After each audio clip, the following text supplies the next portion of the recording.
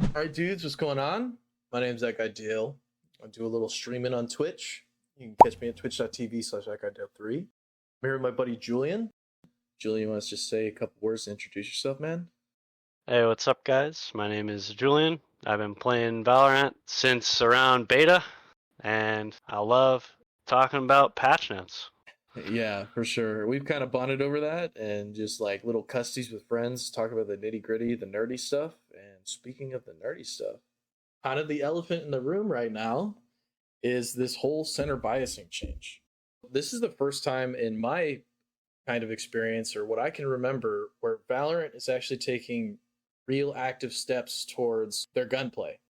They never really adjusted the quote unquote run and gun, right? And center biasing is kind of like a step in that direction. From what I've felt in the game, it does seem like that there's some homies that their playstyles are being like giga nerfed right now. What do you think about that, Julian? I definitely agree with how the game has been feeling recently with the new patch, anyways, and with all the ammo changes and everything like that. People have been forced to play differently, and I think it has been more healthy for the game, and it has put a damper on run and gun. It's still very apparent. Yeah, within that like 6 meter range, it feels like it's still pretty like consistent. But anything outside of that, like, I mean, I can't tell you how many like rage moments I've had where I'm like, this guy's running, dude. You know what I mean? And he's just Yeah. like double dinking me with a phantom. But like now, you can see people try to pull it off, and you can see them No, of just course, whiff and it their just doesn't life work. away, dude. Yeah. It's a breath of fresh air. I totally like blanked on the magazine changes, which are actually huge. You see people like spamming smokes like 2 full mags, but they still have 2 mags to deal with before the patch. Now you have 2 out, 1 in. So you really Yeah. have to consider like what spams you take, even if that's like a wall bang spam, if it's a smoke spam. And I think that's really good because I mean, there's so many times where you could just catch someone really lucky, like doubled through a smoke, and you're just like, "Ee, that feels bad," you know? Yeah. You mostly feel it on the Vandal just because of the 5 bullets less than in the Yeah. Phantom, right? I think the running spamming on the Phantom is more apparent to me though. And I'm all right personally with like you clear a close corner. It's like a 2-3 meter engagement. You get a cheeky little headshot strafing to the right. I'm all right with that. It's Yeah. just the 20, 30, 40, 50 meter ranges when you're doing the same kind of shit. When you see someone peek, they strafe back out of the peak, but they're doubling you while they're strafing away. Kind of feels Yeah, bad, that does feel bad. you know? 100%. And I think a big part of that, and it's kind of become like a meta in Valorant, right? Is like we've learned that counter strafing is not essential in this game, like it is in No. Counter Strike. You stop holding your input and you're fully accurate, right? Yep. So even characters like Jet and Raze, where they'll double satchel into their updraft, and the moment their feet touch the ground, it feels like they're 100% bullseye accurate. But yeah, especially with the run and gun stuff, like those agents really thrive when they can just press W and put their forehead on their Yeah. keyboard. It's pretty gross. For example, like agents like Neon. I don't know if there's really any place for them in attack shooter. Yeah. It's hard to say. Well, it's like Valorant wants to make their own identity, right? And it's kind of this, I mean, let's be honest, Riot has a habit of taking someone's game design, making it their own, and kind of just like polishing it in their own kind of capacity, right? We've seen Riot do this with League of Legends. They kind of, for sure. a lot of people claim that they ripped off Dota, Almost but every game that they've made. League is League, and it's not quite Dota, and Valorant is Valorant. It's not quite CS, right? So I think mobility duelists, when they came out, especially Raze and Jet, were Valorant's attempt at giving their game its own like unique identity. However, Neon is kind of another whole conversation, right? You give this agent the ability to move faster than everyone else and slide.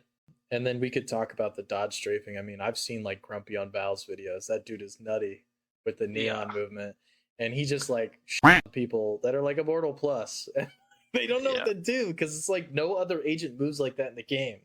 You know, in CS, when you see someone b-hopping at you, it's like every character can do that in Counter Strike, right? If you hit clean exactly. b-hops, you can get the air excel to help you get from point A to point B faster. But Neon is the only one that can do that in this game. Well, Jet Rays a little bit as well, but like in different capacities, Yeah. right? But it's not like a full-on sprint. It's predictable. It's not like, increased movement speed in a direction, right? Yeah. I know that okay. Let me not say I know, because talking with the devs in mind is always like it's an assumption, right? And I have to Yeah, of give the course. devs like the benefit of the doubt that their head's in the right place. But I feel like the devs want these really flashy, very entertaining, like engages and executes for esports and for Twitch and all that Yeah. kind of stuff. And they want the game to be very entertaining at face value for someone that doesn't play the game. But for someone Yeah, that's in the seat playing the game, some of those flashy things that they add to the game kind of feel like fun. I'm not it, gonna it lie, feels you know? it feels bad. Yeah, And you understand where they're coming from, right? They need to make the game look appealing and look really fun and fast paced for all the zoomers and the crack gamers out there, but right. I feel like there needs to be a little bit of a middle ground if you're going to call it attack shooter and not something like Apex, for example. Right. Absolutely. Speaking on agents, for those that don't necessarily play a lot of Val, there's a few agent categories. You have duelists, which are like your entry fraggers, they take space for their team. You have your controllers. They typically have some kind of smoke-like utility, and they buy the team control of the map by like giving blocked LOS or line of sight.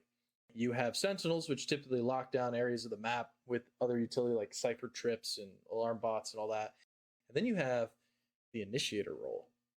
And the initiator role is really interesting because they're like these weird kind of bastardizations of like agents. They have a lot of utility that kind of like blends into like the duelist role and like this maybe even sometimes the sentinel role a little bit. And we've definitely seen them on the rise since a lot of these mobility duelists have come about, because they're kind of like a hard counter to a lot of this like very aggressive play. And agents like Sky, KO, Breach, and even the two like information initiators, which are Sova and Fade, I feel like they really seen a lot of pick rate. But we've seen a lot of like double controller and then initiator counts. Maybe one duelist, right? In like the highest echelons of play. And I think that says something to how initiators are in the meta and how strong they are, even with all the nerfs to their flashes and stuff, because they've wanted initiators to not be like duelists to be able to flash themselves. But I don't know, man. To me, Yeah. initiators are giga strong right now. I definitely agree. And I think that started becoming apparent around the time where they made Sky, because that was the first time when they put aggressive utility along with a heal. And at that point, Sage was the only character that could heal. By putting all of that on one character, I feel like that makes him a little bit too much of a gem or an asset to like a a team. must pick almost, you know? Exactly. Yeah. You'd kind of be foolish to not pick that. And that's just being exacerbated. Like modern duelists right now don't actually have a lot of those tools. They're designed to get in onto site, get their space, and die or get a pick. But Yeah. initiators, they can flex and do like 7 of those things Right. and then still be alive. True, like jack of all trades. You know what I mean? Yeah, exactly. Can we talk about real quick how my boy Phoenix has just been getting overshined by Sky and KO respectively? Yeah. Right? It's like every time those two agents came out, these flashing initiators, it's like my boy Phoenix just got worse and worse, dude. I used to love playing Phoenix. And like there's some like agent specialists out there, like XTR comes to mind for Phoenix, right? And he has just nutty flashes, and he's truly grinded the hours and just the tech on this agent and can really like thrive on that. But then when you come out with Sky, who initially had 3 flashes and could put a flash around a corner faster than a freaking Phoenix could, full blind someone and get like a 2K for free. It's just like, RIP to my boy Phoenix, dude. He just does not. It made him unpickable, really, because what utility does Phoenix provide a wall that Sky can't? The wall is the only thing, but it lasts like 2 seconds, and it hurts your team. Here's an interesting thing with the way they change certain agents, right? They changed Neon Wall to not do any damage to your teammates, but Phoenix Wall still does. Oh yeah, of course. I feel like they tried to like kind of rework Phoenix, I honestly think that rework was a huge flop. I think so too. It didn't see a lot of pick rate. Ooh, his fucking ultimate. You reloaded when you come back and you have the shields that you started with. Yeah. That's not enough, guys. You know what I mean? Like, his molly is the weakest molly in the game. His wall is kind of aggressively mediocre at best. Like, it doesn't really do anything. It's a way for him to flash through and peek someone. Yeah, exactly. But they did also increase his flash speed, which I think was needed. A needed change. Because it was so slow before. Yeah, it's like, oh, I'm flashing you.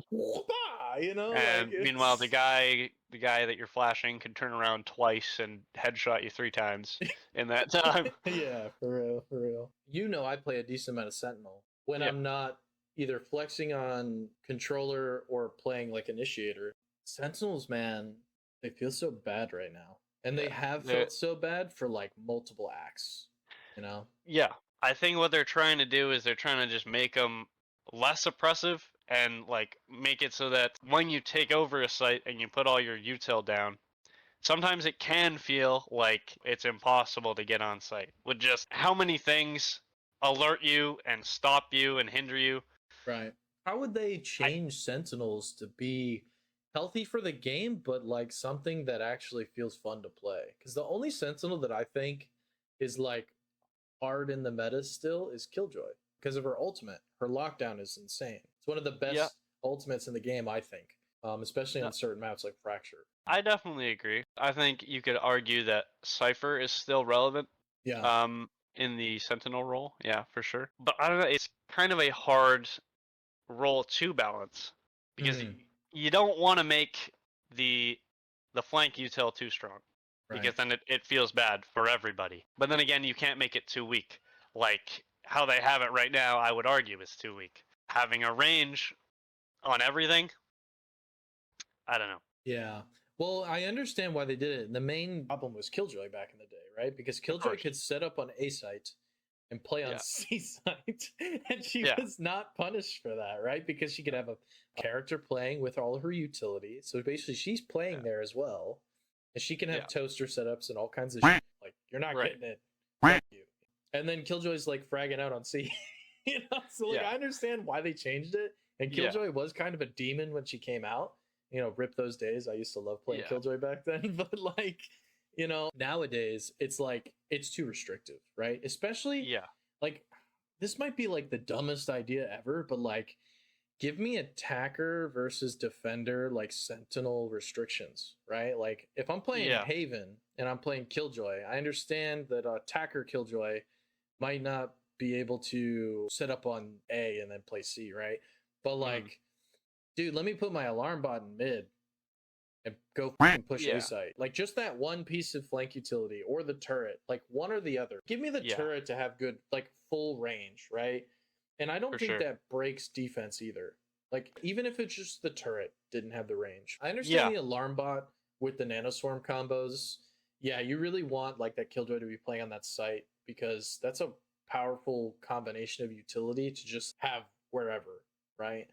But the turret, it's like you could give Killjoy that turret. You could give Chamber his trademark. And then Cypher is the only fucking Sentinel that is stronger. Well, no, I can't say that. At least his flank utility is stronger on attack than anyone else. Yeah. We don't even talk about Sage. Sage is just a goofy healer Sage support. isn't a Sentinel. She's like this weird thing. They call her a Sentinel, but the only Sentinel thing about her is her wall and her slows. And usually those don't really pan out. They buy you 2 seconds to rotate because the enemy team's just going to blast through the wall unless it's pistol. Yeah, exactly. I feel like there was a place for the Killjoy nerf because, like you were saying, she was so oppressive all over the map. But the problem with her being nerfed that hard was the fact that it bled into the other Sentinels. And it made them less like Sentinels. Like for Chamber, for example. Yeah. You could barely label him as a Sentinel like anymore. Yeah, Chamber was a weird one, right? You have this agent that comes through and they are a quote-unquote Sentinel. That's all about gunplay.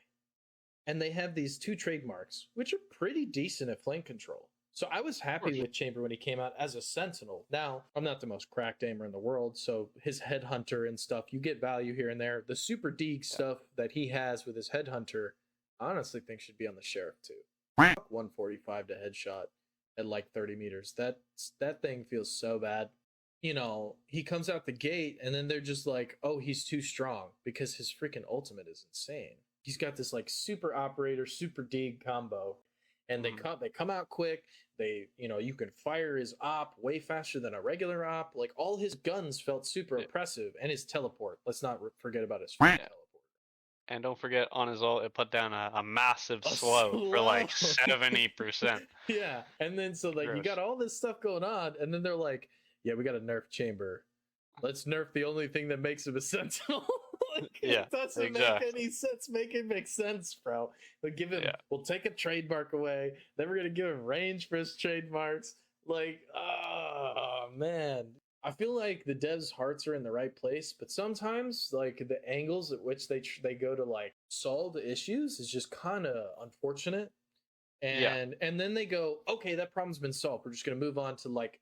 Granted, I'm sure they have like 10 million things to deal with in the game, but like I feel like with Chamber, they just kind of broad brushstroked it real quick, and they were like, "Yeah, it's fine."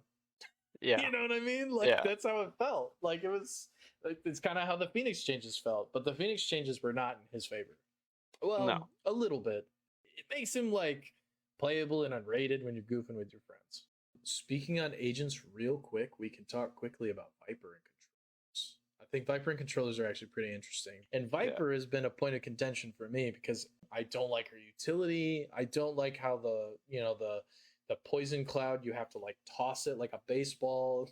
You can't really pick it back up. Like her kit just didn't feel rewarding for me. However, Viper can be a very oppressive agent. And she just recently got some new changes. She has like a higher minimum requirement for fuel before she puts her utility up. And like, how many times have you tried to like push a site that a Viper's on? GG, bro.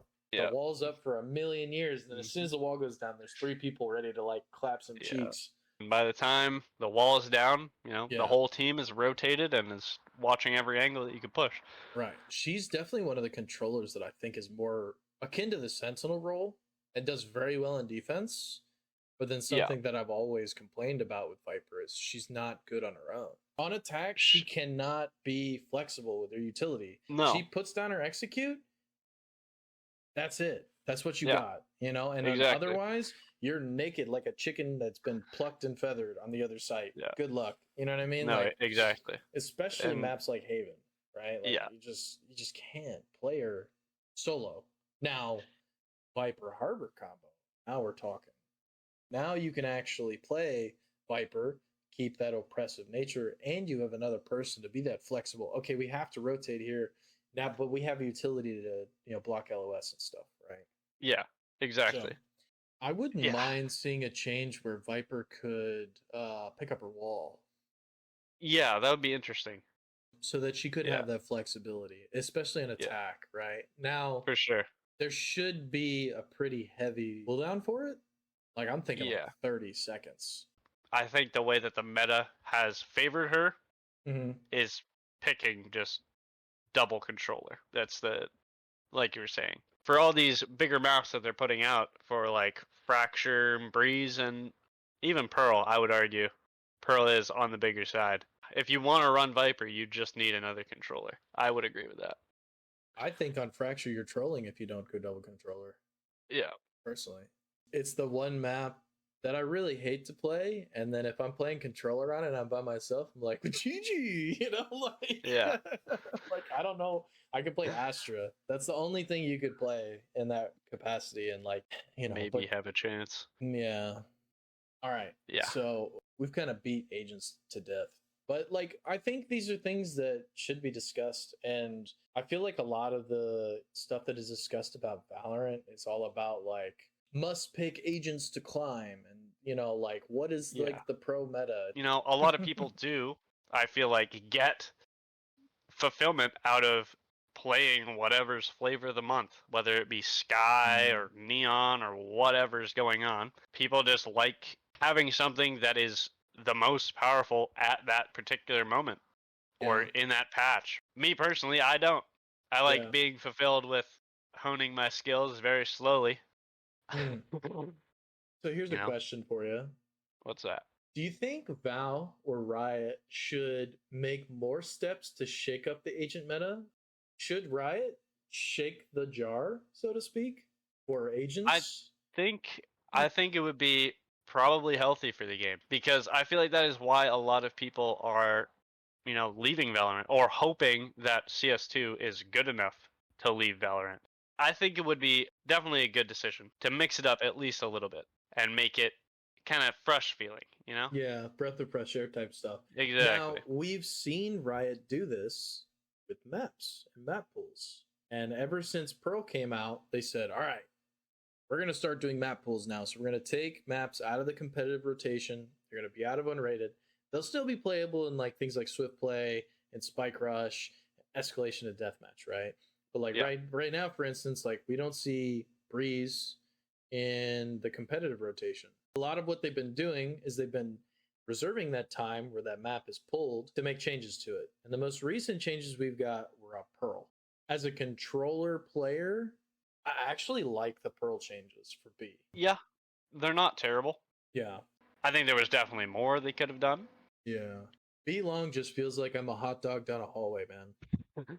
Like Yeah. I don't know how else to put it, dude. Like like you're running down a football field and you're hoping that somebody doesn't shoot you from the sidelines. Like that's what B feels like. And it's like the only other map and attack shooter that I can say that is kind of similar to that is Dust 2. But they did it in a funky way. Yeah, no, it's very weird. I don't know what it is with Riot and their map team. They love slopes. Oh yeah. And They do. detest slopes in games like this. I think what they might be going for, what they might be trying to tie in is, like we were saying before, making it look flashy, right? Because if you don't know exactly where that head is going to come out of, it's all down to reactions and being quick. So maybe that's what they're going for. But looking for like hospital flicks, like clips like that. Nice. Exactly. Yeah. In a game that is notorious for having clearly marked out headshot level, like with lines and boxes and everything, it doesn't really make sense. It goes against their own narrative. Yeah, which is kind of funny. Like it's just strange some of the changes that I've seen. I mean, like we can briefly talk about the fracture changes because those were the most recent ones before Pearl. And I feel like the fracture changes were like, woo. Yeah. Changed a couple things on the map, man. Like the map still it just feels so, in my humble opinion, terrible to play. I definitely agree. You know? The one notable change that I will say was the drop change. That's the only one that I feel like could have been argued. And now you can like kind of play from that angle. It makes it a little bit of a scarier angle too for the defenders, right? Because if you're holding a main, like you're just like open to that angle sometimes. I was an advocate for changing the site locations on Fracture. I think moving a site to not be in that tucked corner and making it where the double Radianite stack boxes are, that would make drop more of a powerful angle to hold from post plant too.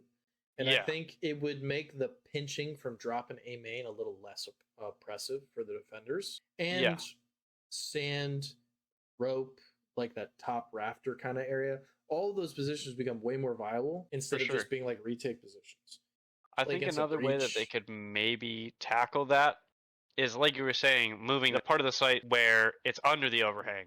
If you just moved it all over a little bit to where it just is all in the view of drop, for example, like if you're all the way tucked back. Yeah.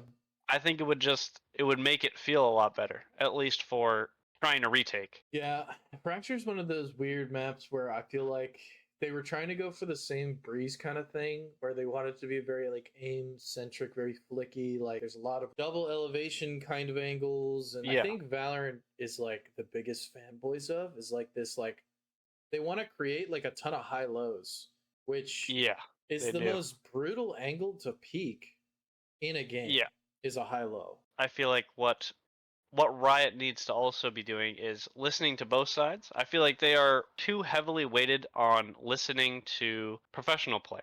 And that's not entirely without reason, right? That's where they make course. most of their money. Right. But there needs to be sort of a balance between opinions from pro players to a casual player, that having 17 different angles that you can be peeked from doesn't feel good.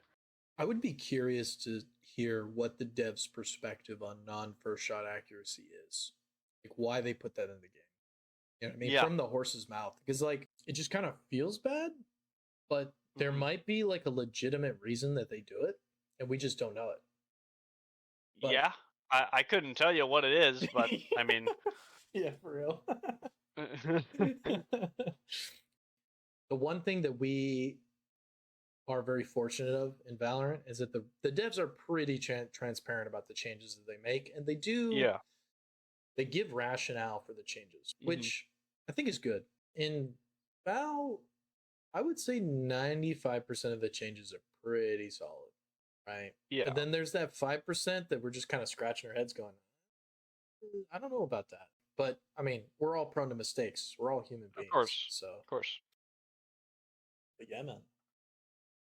All right, dude. Julian, thank you so much for coming through today, man. It was a pleasure talking to you.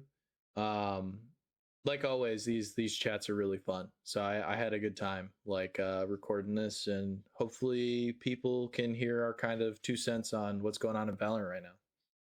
Yeah, man. Thanks for having me. Of course. And hope to be back on soon. Yeah, absolutely. This is hopefully going to turn into like a little series, and I'd be more than happy to have you on again so we can chat about the conundrum that is Valorant. Cool, man. All right. Peace, dudes. Hey guys, thank you so much for coming through to watch the video. This is a new series that I'm looking to get started, and we're hopefully going to be uploading about twice a month, talking about contemporary topics in the gaming sphere, whether that's Valorant or some of the other games I play. You guys could leave a comment in the comment section down below. Honestly, it would be really appreciated, as I'm going to try to continue to improve with this video series. My socials are going to be linked on the left-hand side, and if you want to come take a look at any of that, including my Twitch or my Twitter, come and hang out. Come join the community. Just you guys taking the time to watch even a little bit of the video is huge appreciated. Love you guys. Have a great rest of your night, and I appreciate it. Concealment. Triple flash. One enemy remaining. Oh shit! Oh, imagine. You stole Okay, you my stole the fucking ace, dude! I got a spray I got them transfer. all.